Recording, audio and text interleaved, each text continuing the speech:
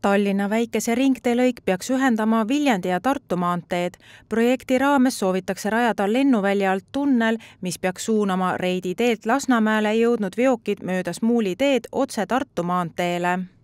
Täna on tõesti hea meel öelda, et selle suure ja Tallinna linna jaoks ülitähtsa objektiga on alustatud, ehk et täna Tallinna linna poolt siis andsime nõusoleku, et Tallinna linn osaleb eelprojekti koostamises. Kokku on 4 osalist: Tallinna linn, Rae vald, Maanteeamet ja Tallinna lennujaam, kes siis seda eelprojekti koostamist rahastavad. Tallinna liikluspilti see objekt kindlasti muudab märgatavalt, see on täiendav võimalus vältida kesklinnast läbisõitu, see kindlasti vähendab liikluskoormust tänastel möödasõitudel ehk Järvevana teel, Mustamäe teel, ristmikel.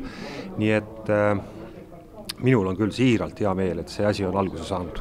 Linnapea Taavi Aasa sõnul võib Ülemiste järve tagant kulgeva uue teelõigu ehitus alata 2020. või 2021. aastal.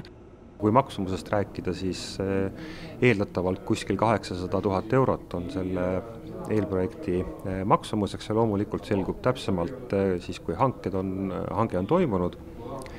Ja Tallinn omalt poolt siis panustab sinna suurusjärgus 300 000 euroga. Aga kui täna vaadata kõike seda, mis toimub lennujaamas, mis toimub Ülemiste piirkonnas tervikuna, siis need arengud on seal väga kiired ja kui Tallinn on sinna juba trammi teinud, siis kindlasti see väike ringtee võtab oluliselt ära liiklust lennujaama ja Ülemiste suunalt seal kõrval olevatele ristmikele, ehk et tegelikult see annab võimaluse tõesti vältida kesklinna poolset autoliiklust, nii et Tallinna liikluspildi kohalt ikkagi väga oluline objekt.